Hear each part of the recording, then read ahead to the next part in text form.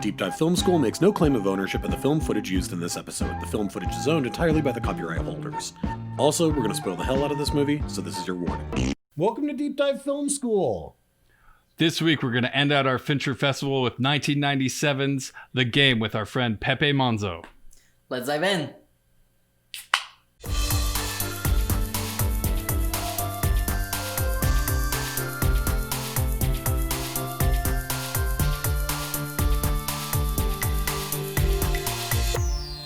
All right, everybody, I'm Adam Sherlock. And I'm Adam Pulcher. And if you like what you see/hear, please like and subscribe. You can find us in all the spaces and places that people find good media. And yeah, I wanted to say thank you so much, Pepe, for joining us today. Pepe is a coworker of mine, and we just thought that it'd be really fun to talk about this '97 Fincher film, The Game. And Pepe, you hadn't seen it in a while, right? No, I haven't. Well, thanks for inviting me, first of all. I'm excited to talk about films with you. Welcome. Yeah, I haven't seen it in a while. I think I watched it the first time probably like close to 10 years ago. I remember, I have a confession to make. I'll just do this right at the beginning of the movie. I saw this movie in the theater in 1997, but it was like a 10 o'clock showing. And so, you know, it's about a 2-hour, 15-minute movie. I fell asleep in the middle of the movie, which I don't do very often. And I woke up when he wakes up in Mexico. And I was like, so I missed like 15 minutes of the movie and woke up and was like, what the fuck is going on? I had no idea. Like, I was totally confused the rest of the movie. From then on, though, I've watched it multiple times. It's a brilliant Fincher film. Probably one of his funnest films. The only thing I can think of that's funner is probably Fight Club, maybe. But other than that, like, I have such a blast watching this movie because it really does such a good job of towing the line of what's going to happen next and really dragging you along with the experience of what he's doing. You know, you're seeing everything through his eyes, and he's playing this game for the first time. You don't know what's real. You don't know what's not. And man, it truly is a game, and super fun to experience. I really enjoy this movie. What's funny about you telling that story about falling asleep and waking up and going, what the hell, is that the movie really does that too. It's not like the movie makes any logical leap to him waking up in a little crypt in Mexico City, right? Like that, you're like, no, that's exactly what he, like when he wakes up, you're like, oh shit. I loved that. That's a great little moment too. That's definitely a point in the movie too, where you kind of like, okay, I'm with this movie or I'm not. Yeah, right? yeah. And the movie, I feel like it changes a lot from, you know, the beginning, the starts playing the game, but that part when he wakes up in Mexico just takes a whole. Even the genre feels a little bit different at that point. Yeah, there's more action Feels, sequences. well, it feels very verite, right? Yeah. Where it's like we're on the streets with him walking along in this like stained, tattered suit. And okay, we're jumping around though. So let's start from the beginning. Pepe, will you give us just a brief synopsis of what is this movie? What is the movie The Game? What is the plot? I think the simplest way to describe The Game is you have a very rich man. What's his first name? Van Orton? Nicholas Van Orton. Nicholas Van Orton. Played by the almost I feel like it feels straight out of Wall Street. Straight out of that film. Oh yeah. This is Gordon Gekko grown up a little bit, more, like a little richer. With more dad issues. More dad issues. Yeah. And he, you know, basically super rich dude. He's kind of a dick, and his brother Champagne. I don't remember the name of the character. Conrad, yeah. Played by Champagne. As Champagne almost. Totally, yeah. He's just playing himself. He's just Champagne playing himself. The whole thing is it's his birthday, and he gets as a gift this special kind of card to participate in some kind of game. And in the movie, they mentioned a few times, discovering the object of the game is the object of the game. Right. Yeah. It's a great setup for a movie, like a brilliant setup for a movie. This is actually supposed to be made before Seven and be his first movie. And, but Brad Pitt signed on to do Seven. So he's like, all right, well, I guess I should do Seven. Yeah, we better do it right now. Still not a bad move. But yeah, Michael Douglas is living his Bruce Wayne life for sure in this movie. Like he's definitely just insanely rich, privileged guy, huge house in San Francisco. He's divorced. And he's kind of a recluse, kind of what you're saying. Like he's a dick for sure. But he's that kind of dick who doesn't like surprises. And so this whole movie, he's on edge. So we're on edge, right? Because he doesn't know what's coming. He doesn't like this anyway. He doesn't like not knowing and not being in control of something. And that's kind of the point of the movie, right? Is to take him through this journey of being out of control and realizing, hey, you're still going to be okay if you do, if you kind of extend yourself. It also doesn't seem fun at all. There's no part of it that seems like a game. I mean, this is like escape. It's definitely risky. Well, it's escape rooms before escape rooms were a thing, right? It's like before we had escape rooms, there was the movie The Game. And so this idea of that there might be legitimate threat to you or to your life, there's no part of that. There's never a moment where you're like, oh, they got me. This is part of the game. Like we as the audience feel that a little bit because, there's way too many coincidences right from the beginning where after he gets the card from Sean Penn playing Sean Penn for Consumer Recreation Systems, and he goes in and he spends the whole day there. And, at the end of it, they tell him, no, actually, I guess it's right before they tell him that he was declined, right? He doesn't, they were like, oh, after your tests, you can't be in part of the game, which is like the best thing to do to sort of our Donald Trump stand-in is to tell him he can't have a thing. Cause then he's just like, well, how come? Like, how come not me? Right. And then he denies it. Oh, it's just not for me. I don't think I don't have time for it.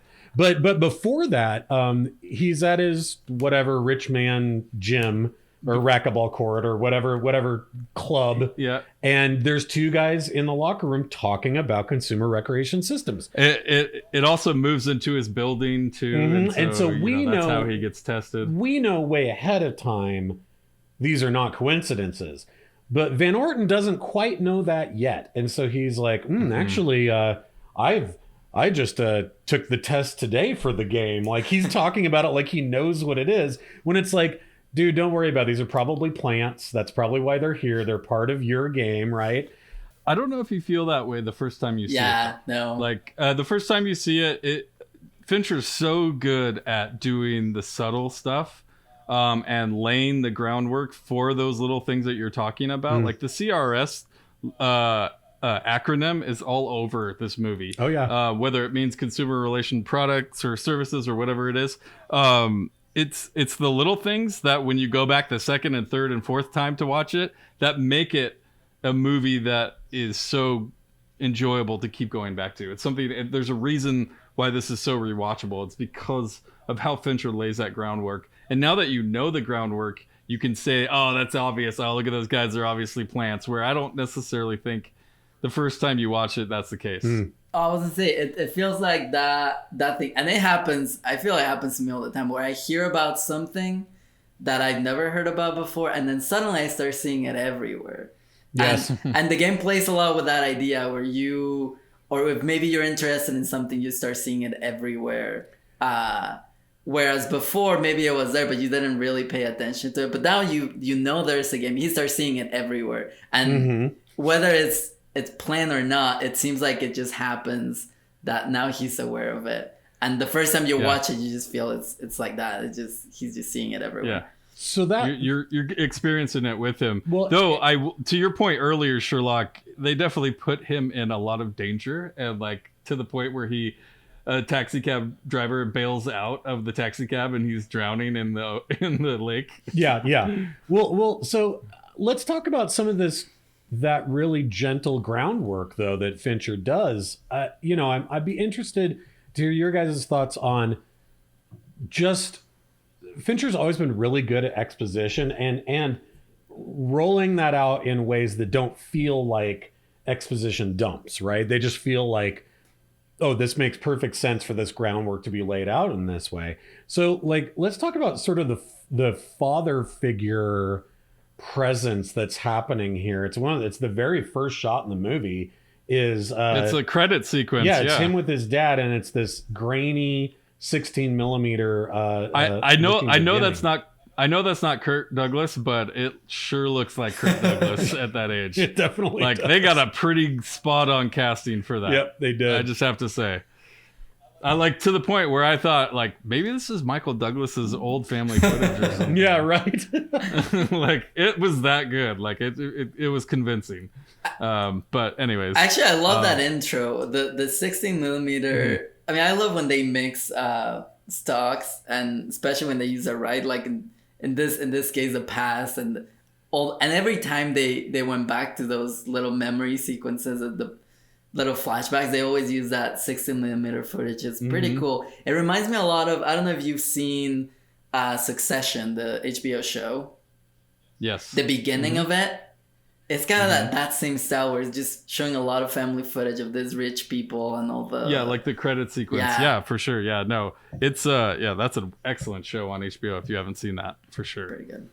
I keep thinking in that beginning, I know that it had been a while since I had seen it when I rewatched the game this time, and I knew that the father committed suicide, and I was like, and I know that there's some piece of footage from the 16 millimeter that like kind of insinuates that, but I had mixed into my head with The Omen, and I was like, does he jump off the fucking roof at the birthday party at the beginning? Like I had melded those two memories together. Oh, that's funny. So I kept waiting for it, and I was like, dude, that's cold-blooded if that's when it happens. And then it didn't. I was like, oh, right, Damien, it's all for you, Damien.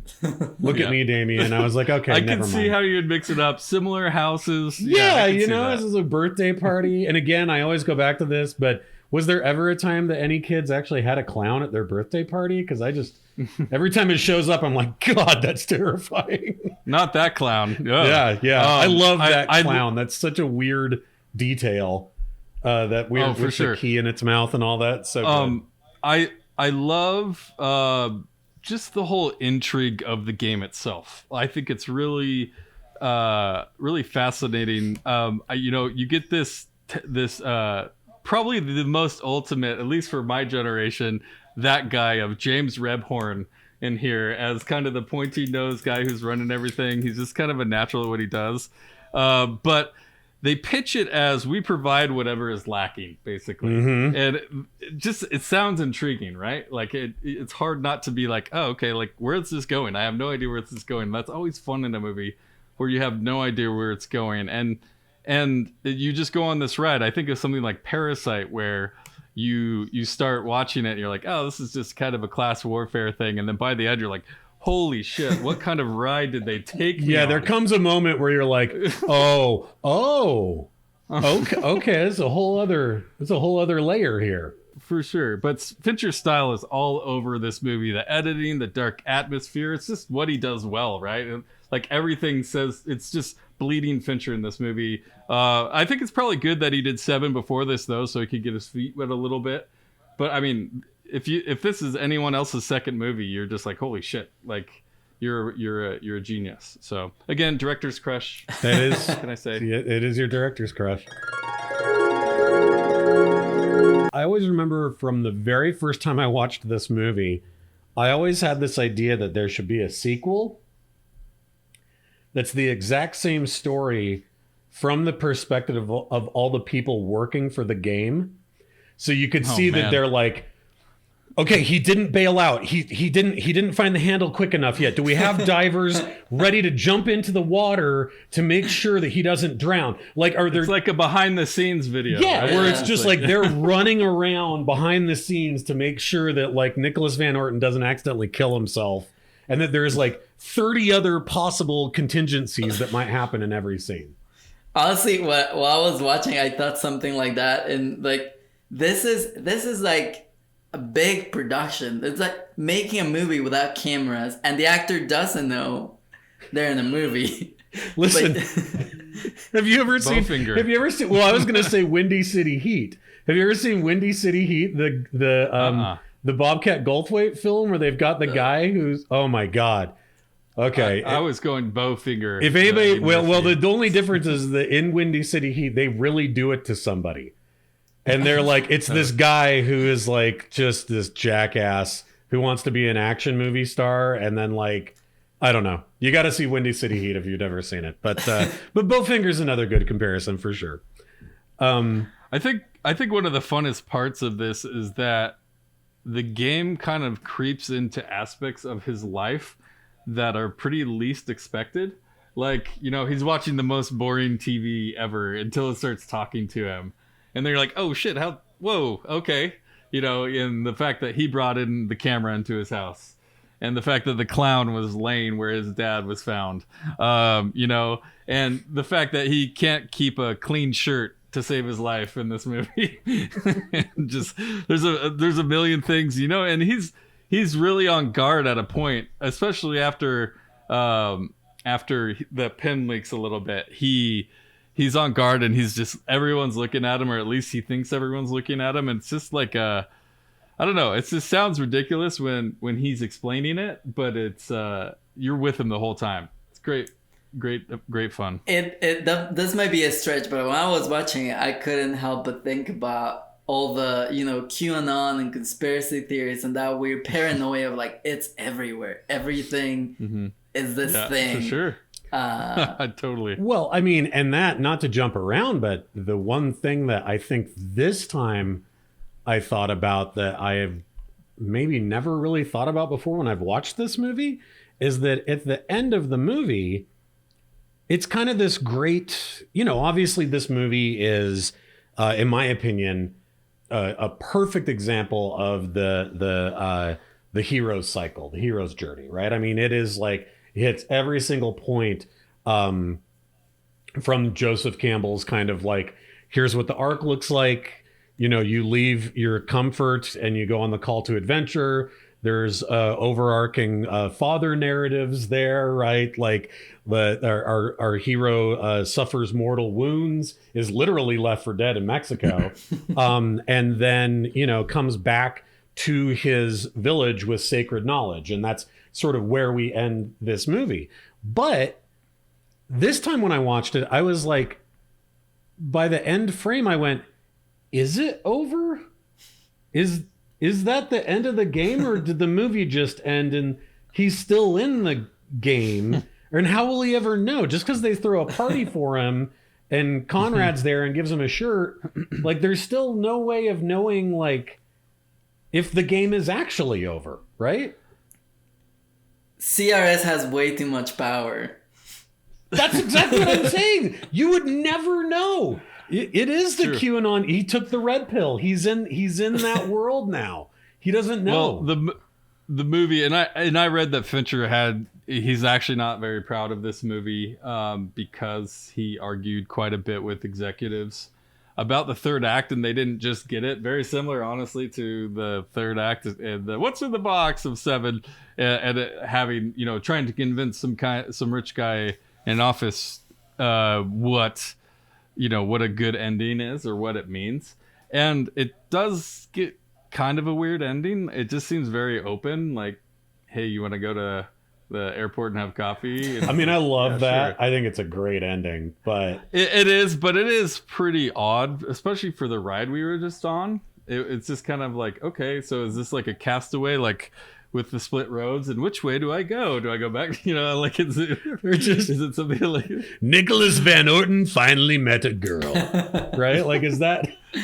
I mean, he's not that divorced. He's only been divorced for 2 years, right? He did have lunch with his ex-wife. She seemed. That's right. Oh, that's such a broken, sad scene. Is she like the only one that is like really not in on it, or like? I mean, she's at the party. I assumed she's in on it. I actually really like her character. I always appreciate when movies don't make the ex like a villain, and they actually make them like a friend that it just didn't work out kind of thing, and they were just misunderstood, or they didn't love each other anymore, whatever it is. I always appreciate characters like that in movies, especially in a movie like this where you're struggling for any kind of like normalcy. Like, she's a breath of fresh air in this movie. If you were Nicholas Van Orton, how mad would you be at your brother at the end of this, even if you were happy that you didn't die? And I definitely wouldn't split the bill with him. No. Well, and I'd be like, hey, we could have done all that without all the dad stuff. Kind of a little on the nose, Connie. I was going to say, it depends on how damaged you are from it. Like, if you're really changed and you have a whole new perspective on life, then maybe it was worth it. But, I'm with you. Yeah. Like, that's pretty traumatic stuff you're having them face. He basically killed himself. So that's a... Yeah, does he need therapy? Intense. Like, is CRS going to pay for therapy for him afterwards? That's a good question. Is that it's probably in the legal documents, the terms and conditions. It says, yeah. That's all the sequel is just Nicholas Van Orton in therapy from how much the game fucked him up. The game 2, the trial. That's all it's not. Now this is another thought that was running through my head. While I was watching this, and I really want to get your guys' opinions on this. And so, Pepe, I'm gonna go to you first. And here's my question: from a script perspective, shouldn't this movie suck? Like, shouldn't this be like a really bad movie? Like, isn't the level of like suspension of disbelief that you should take for this movie almost on the level of like, what was that Jim Carrey movie, 23, the number 23 or whatever, where it's like, it turns out he wrote the book, and you're like, oh, fucking please. Like, shouldn't it almost be that hackneyed, yet somehow the acting and directing elevates it to this new level where it's not at all, and instead like it's kind of like a modern classic?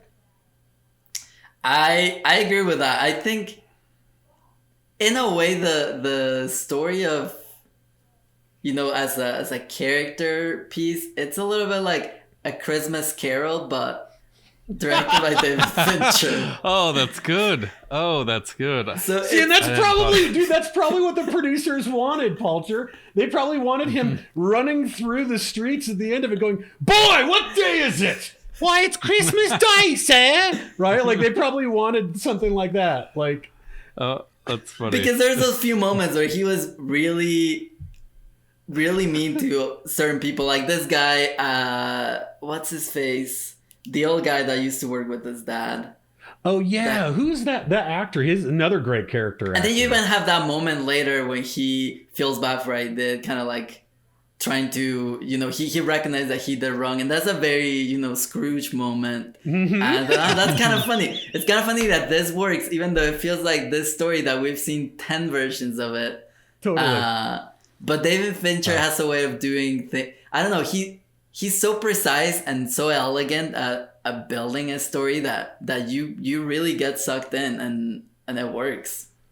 Yeah, that was going to be my answer too. It's just, you can give Fincher most scripts, and even if they're shitty, he can find some way to make them at least less shitty. Well, yeah, because I mean, actually, all that being said, Gone Girl is more hackneyed than the script or the plot line for the game. Like, that's a great point. I'd never thought of that. Gone Girl is like ridiculous, right? I mean, that is like Kaiser Soze times 1,000, where you're like, oh please. Like, no one puts this much thought into a crime that they're going to commit. This is ridiculous. But when you watch it, you're like, oh my god, it's so methodical. And you're like, no, our director is the one who's really methodical, right?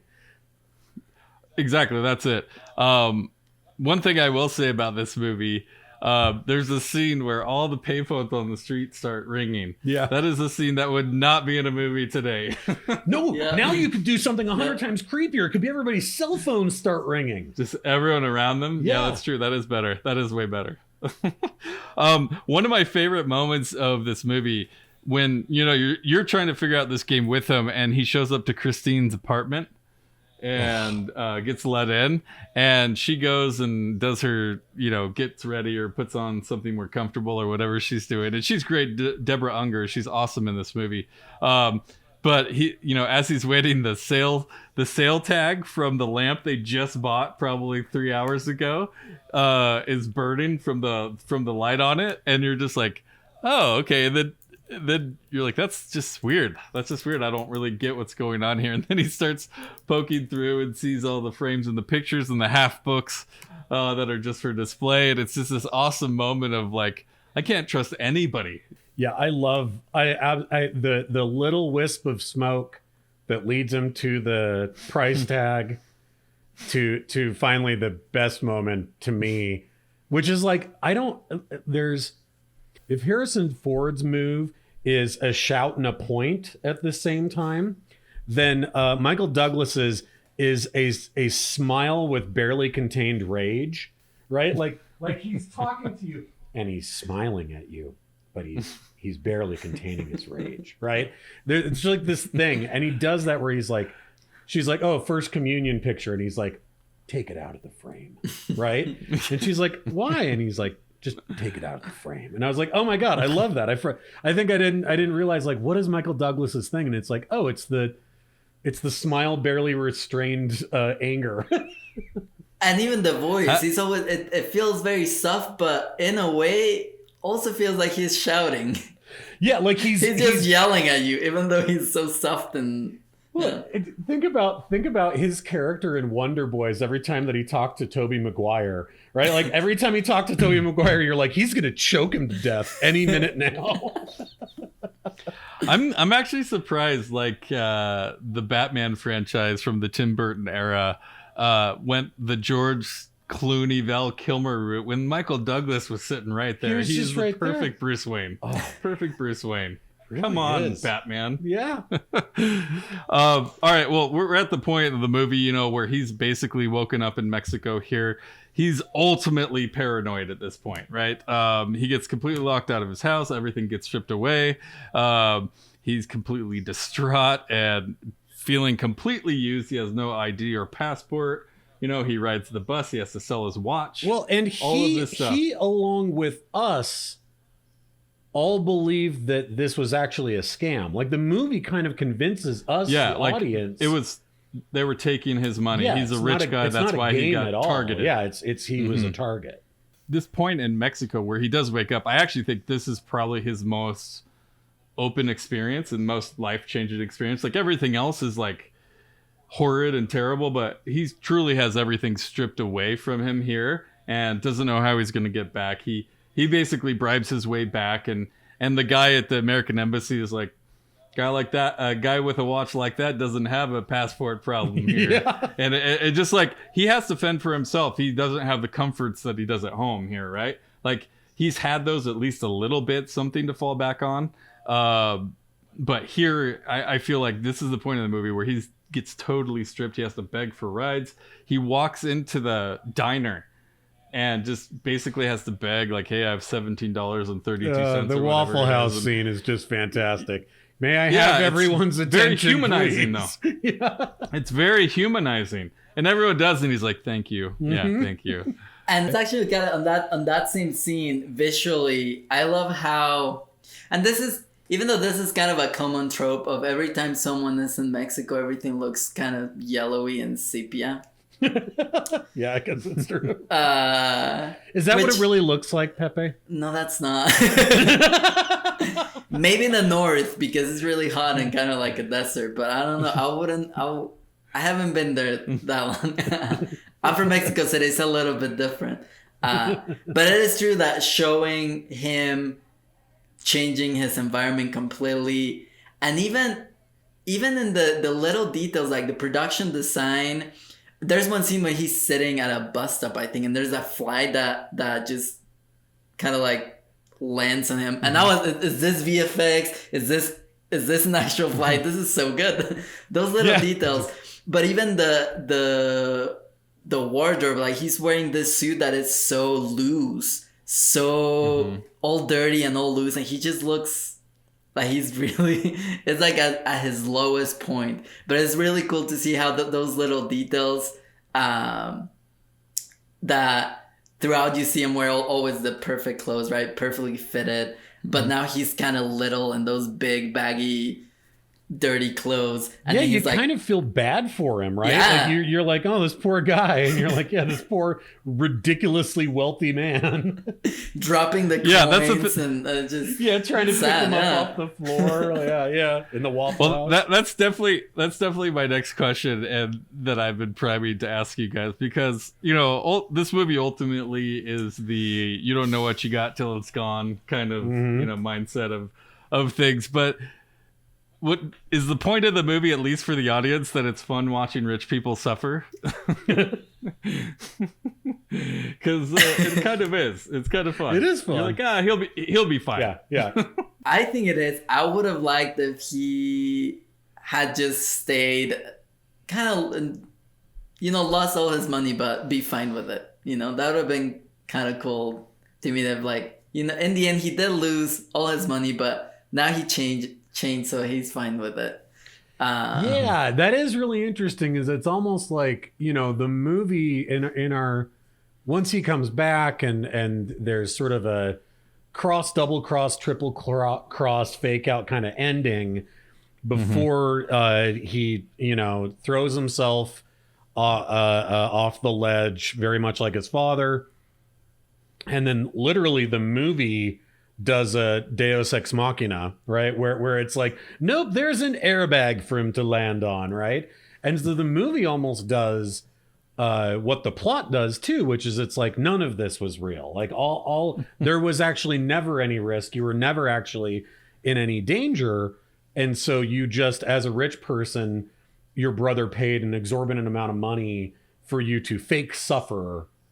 Whereas, if now, it would be a very different movie if the game really was that Deborah Unger and her crew were just bleeding him dry and he had no money left and his house really was all tagged to shit with graffiti everywhere and like all of his stuff was missing and he was never getting any of it back. It'd be like if at the end of that he was like, well, at least I have my life, right? Like, yeah, I don't, but then it's like, it isn't this espionage level intrigue. I don't know.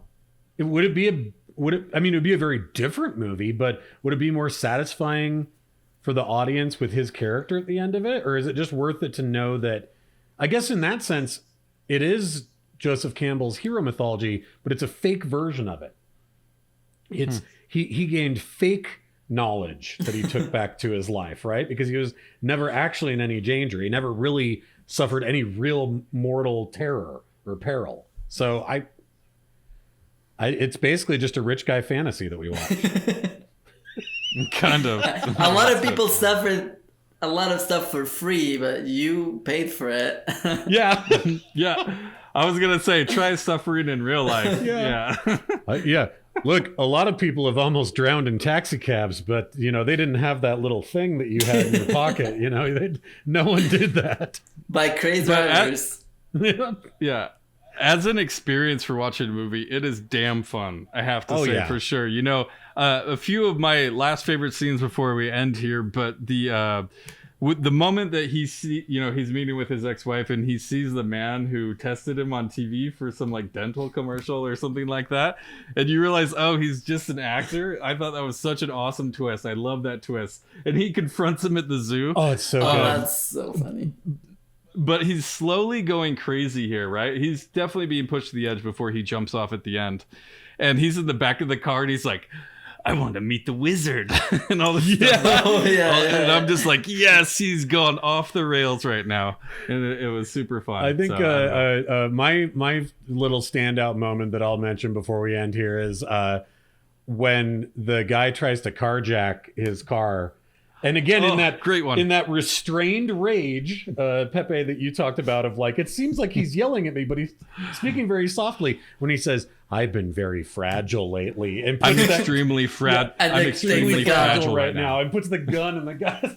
That part always cracks me up. I'm pretty sure that wasn't part of the game. I'm pretty sure that was just like a real thing that happened. Right. Inside of the movie. Either that, or it was a way for the people in the game to find out that he did pick up the gun that was still at his house. Actually makes me think of one of my favorite moments, and it's when he goes into the actual CRS. And then he gets to this weird like food court room, whatever, where there's all the extras and there's the cafeteria. It feels like at that point it's like, oh, this could be a Charlie Kaufman film now, where it's so no doubt. This could go a lot of different ways. Okay, so I would say if you wanted to really improve on the movie, like for the ending, that's interesting. How you would really improve on the ending is if after at the party and everybody's there and they're all celebrating with him, if his ex-wife came up to him and was like, actually, my name is Carolyn. Right. And it's like that he had been part of the game for years before he ever even met anybody. Yeah, some Truman Show sprinkling in where a person from way before the game started, his fucking housekeeper that he's known since he was 9 is like, actually, your father played the game too. Like that'd be a good mind melter. I appreciate, this is the last thing I'll say and we can end out, but I appreciate the depth that Fincher takes the script that very likely, like you said, could be a really stupid movie. I love the depth that he takes it to where you don't know that where CRS would go, right? Mm-hmm. Like CRS is basically the Joker at this point. Like they just want to see the world burn and they don't care. They just want chaos happening. But the fact that they go to the lengths of the 2 levels that he falls through of glass and he falls on the X and everything at the end. Yep. And they're like, hey, it's breakaway glass, but it could cut you. The fact that CRS spent the time to make 2 glass ceilings full of breakaway glass. Yeah.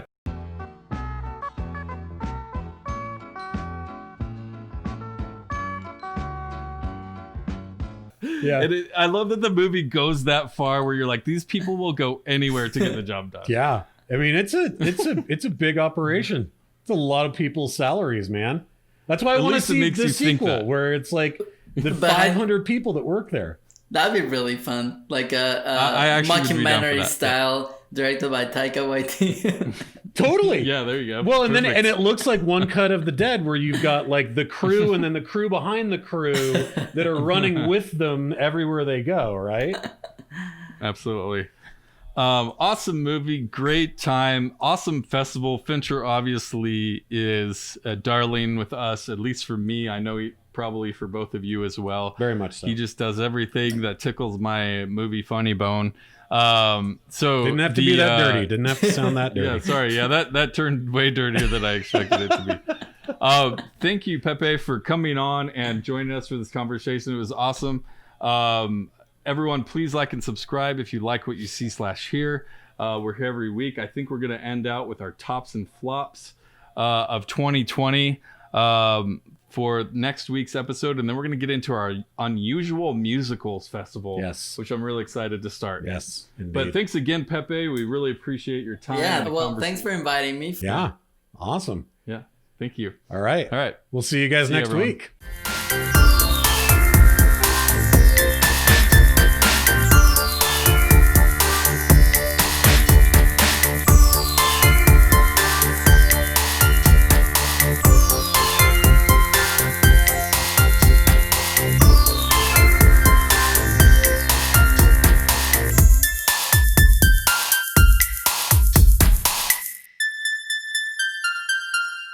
No problem. Yeah. I'm never in front of my camera, so I don't know how am I gonna.